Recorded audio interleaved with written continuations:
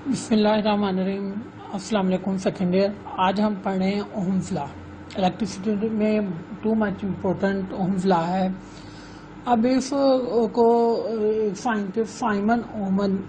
Simon Ohm's ने 1826 में इसको एक्सपेरिमेंट करके इसको शो किया। जो करंट है मेटालिक कंडक्टर का वो directly proportional to its potential difference के at the ends of a conductor. अब इसका क्या मतलब है, इसकी स्टेटमेंट को पहले हम पढ़ लेते हैं कि क्या है। It is state that the current flowing through a conductor if directly proportional to the potential difference across it and providing the temperature of that conductor remain constant.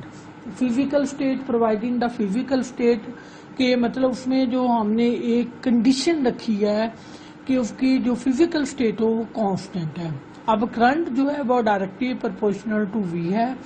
अब प्रोपोर्शनलिटी साइन को हम खत्म कर दें तो हमारे पास v क्या आएगा, v is equal to I R. R हमारे पास क्या है, कांस्टेंट ऑफ प्रोपोर्शनलिटी, और जिसको हम कहते हैं R is equal to V over R. R को हम कहते हैं रेजिस्टेंस ऑफ ए कंडक्टर। जो भी कंडक्टर होगा उसकी कोई ना कोई रेजिस्टेंस होगी। अब ये रेजिस्टेंस जो है हमारे पास किसके इक्वल होगी, R is equal to V over I. जो रेजिस्टेंस है वो किस पे डिपेंड करती है, depend upon the nature, dimension और physical state of the conductor. तीन चीजों पे ये डिपेंड करती है, रेजिस्टेंस नेचर पे, डायमेंशन पे और physical state of the conductor की। अब हम पहले इसमें से इसको डिफाइन करते हैं। रेजिस्टेंस क्या है, रेजिस्टेंस ये है हमारे पास अपोजिशन ऑफ द करंट के वो अपोज करेगी करंट को, फ्लो को, जब वो कहाँ से पास थ्रू करे, will pass through a conductor. और इसकी दूसरी डेफिनेशन ये है opposition to the motion of free electron. और हमें पता है फ्री इलेक्ट्रॉन जो उनकी मोशन से हमारे पास करंट है, तो opposition to the motion of free electron there continuous collision with the atoms of conductor. कि इसको दूसरी डेफिनेशन ये है कि जब हमारे पास इलेक्ट्रॉन्स हैं उनको अपोज करेगी रेजिस्टर, जबकि इलेक्ट्रॉन जो होंगे वो कंडक्टर के साथ क्या होंगे, कोलिजन करेंगे। अब इसका यूनिट क्या है, यूनिट इसका ओम है। और ओम को हम डिफाइन कैसे करेंगे, हम कहते हैं ओम जो है हमारे पास resistance 1 ohm when a 1 ampere current flowing through a conductor when a potential difference of 1 volt applied across the conductor। अभी ये हमारे पास क्या है, हमने पोटेंशियल डिफरेंस 1 वोल्ट देना है।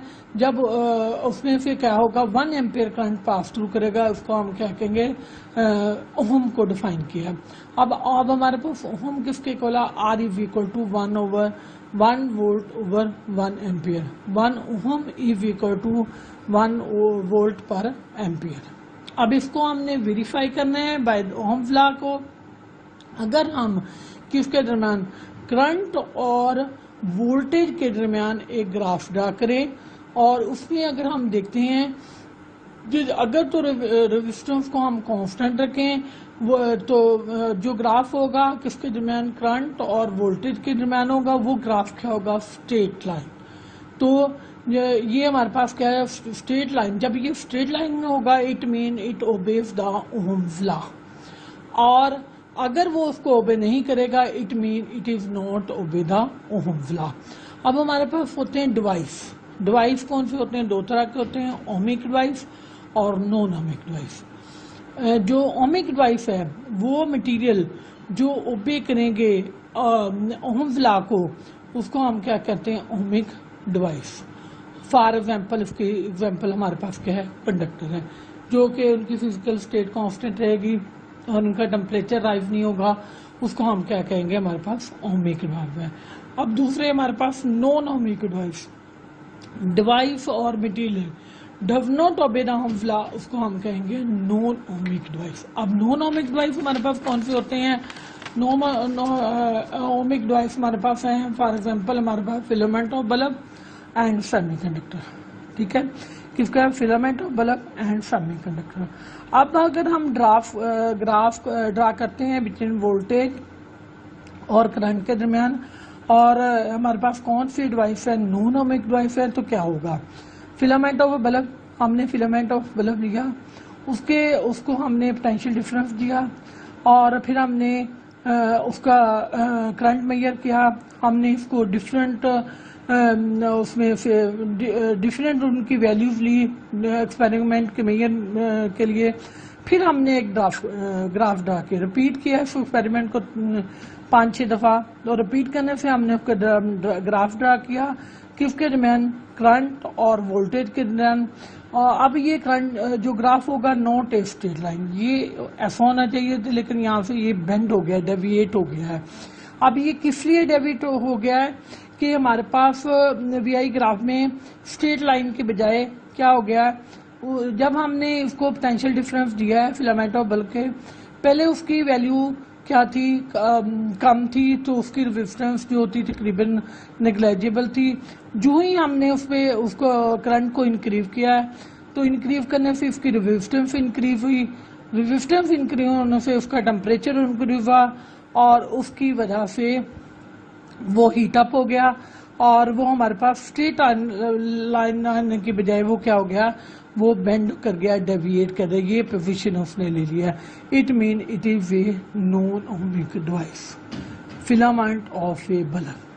अब इसी तरह हम लेके हैं कि अगर हम लेते हैं क्या उसको लेते हैं, हमारे पास सेमीकंडक्टर है, ठीक है, सेमीकंडक्टर लिया, अब हमने फिर वही ग्राफ ड्रा किया वोल्टेज और करंट में।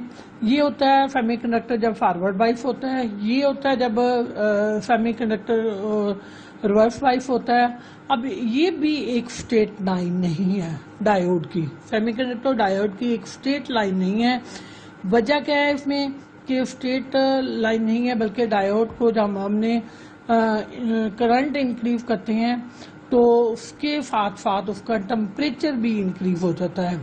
सेमीकंडक्टर का टेम्परेचर इंक्रीज होने से करंट इंक्रीज होकर वोल्टेज जो होगी वो कांस्टेंट नहीं रहेगी। ये हमारे पास देखें कि हम करंट को हमने दिया है, कांस्टेंट करंट दिया, लेकिन ये क्या हुआ है, वोल्टेज इंक्रीज करते गए फिर सडनली वो ड्रॉप ब्रेक डाउन कर गया, उसका करंट जो होगा वह सडनली इंक्रीज हो गया। तो ये हमारे पास कौन सा डिवाइस आ गया, ये भी हमारे पास आ गया सेमी कंडक्टर जो है नॉन ओमिक डिवाइस है। अब आगे हमारे पास है इलेक्ट्रिक सर्किट्स को हमने कंबाइन करना होगा। तो किस तरह इलेक्ट्रिक सर्किट को, दो तरह की अरेंजमेंट्स होती हैं जिनको हम क्या करते हैं, कनेक्ट करते हैं। एक सीरीज अरेंजमेंट है और एक पैरेलल है। अब हम सपोज करते हैं हमारे पास कितने हैं, 3 रेजिस्टेंस R1, R2 और R3। अब इनको हमने सीरीज का मतलब एंड टू एंड हमने इनको कनेक्ट कर दिया, और उसको किसके साथ कर दिया, बैटरी से कनेक्ट कर दिया। अब इसकी वोल्टेज पहले वाले की क्या होगी, रेजिस्टेंस R1 की V1 होगी, R2 की V2 होगी, R3 की V3 होगी। अब हमने जब इसको बैटरी से करंट किया तो करंट यहाँ से फ्लो करना शुरू हो गया। हर एक में करंट जो होगा वो सेम रहेगा, लेकिन इनकी वोल्टेज जो होगी वो चेंज होती रहेगी। अब हमारे पास V क्या आ गया, V is equal to I R. V1 क्या होगा, I R1। V2 हमारे पास क्या होगा, I R2। V3 हमारे पास क्या होगा, I R3। टोटल हमारे पास वोल्टेज किसके होकर तीनों को हम ऐड कर देंगे तो हमारे पास V1 plus V2 plus V3 इनकी वैल्यू पुट कर दे, I R1 plus I R2 plus R3। अब हमारे पास इस I को उधर ले लें, V over I is equal to R1 plus R2 plus R3। V over I हमारे पास R इक्वलेंट के इक्वल है, तो R is equal to R1 plus R2 plus R3। और फिर हमारे पास ये अगर ये R इक्वलेंट 3 रेजिस्टेंस की, अगर हम कहते हैं हमारे पास n नंबर ऑफ रेजिस्टेंस है तो हमारे पास क्या आ जाएगा, R E is equal to R1 plus R2 plus R3 plus R4, और R इज इक्वल टू हम इसको समेशन कर लेंगे sigma I is equal to 1 to 1 is equal to RI। तो ये हमारे पास क्या है, सीरीज अरेंजमेंट। अगली हमारे पास क्या है, हमारे पास पैरेलल अरेंजमेंट। पैरेलल अरेंज का मतलब होता है हमने एंड टू एंड उनको इस तरह सीरीज पैरेलल में कनेक्ट किया। अब हमारे पास क्या रेजिस्टेंस, 3 रेजिस्टेंस है, R1, R2, R3। अब इनको हमने कनेक्ट कर दिया एक ही पॉइंट से, ये बैटरी, इसमें से करंट फ्लो थ्रू करना हो गया। अब ये करंट जो यहाँ पर करंट आई है, यहाँ पर ये डिवाइडर के पहले में I1 हो जाएगा, दूसरे में I2 हो जाएगा, तीसरे में I3 हो जाएगा। टोटल करंट हमारे पास, अब हम इनकी वैल्यू ले, वोल्टेज इसकी क्या रहेगी, सेम रहेगी। I1 किसके को लगा, V ओवर R1, I2 किसके को लगा, V ओवर R2, I3 किसके होगा, V over R3, I is equal to V over RE। अब टोटल करंट मैंने पहले कह दिया हमारे पास I है, I is equal to I1 plus I2 plus I3। अब इनकी वैल्यू पुट कर दें, V over RE plus V over R1 plus V over R3 plus V over R3। V से सारे से कैंसिल हो जाएंगे, हमारे पास 1 over RE is equal to 1 over R1 plus 1 over R3 plus 1 over R2 plus 1 over R3। तो ये जब हमारे पास पैरेलल अरेंजमेंट, तो R इक्वलेंट हम इस 1 over R1 plus 1 over R3 R2 plus 1 over R3 से करेंगे। अगर सीरीज में होगी तो R इक्वलेंट हम इसको किसके इक्वल करेंगे, R1 plus R2 plus R3, तो इसके इक्वलेंट करेंगे।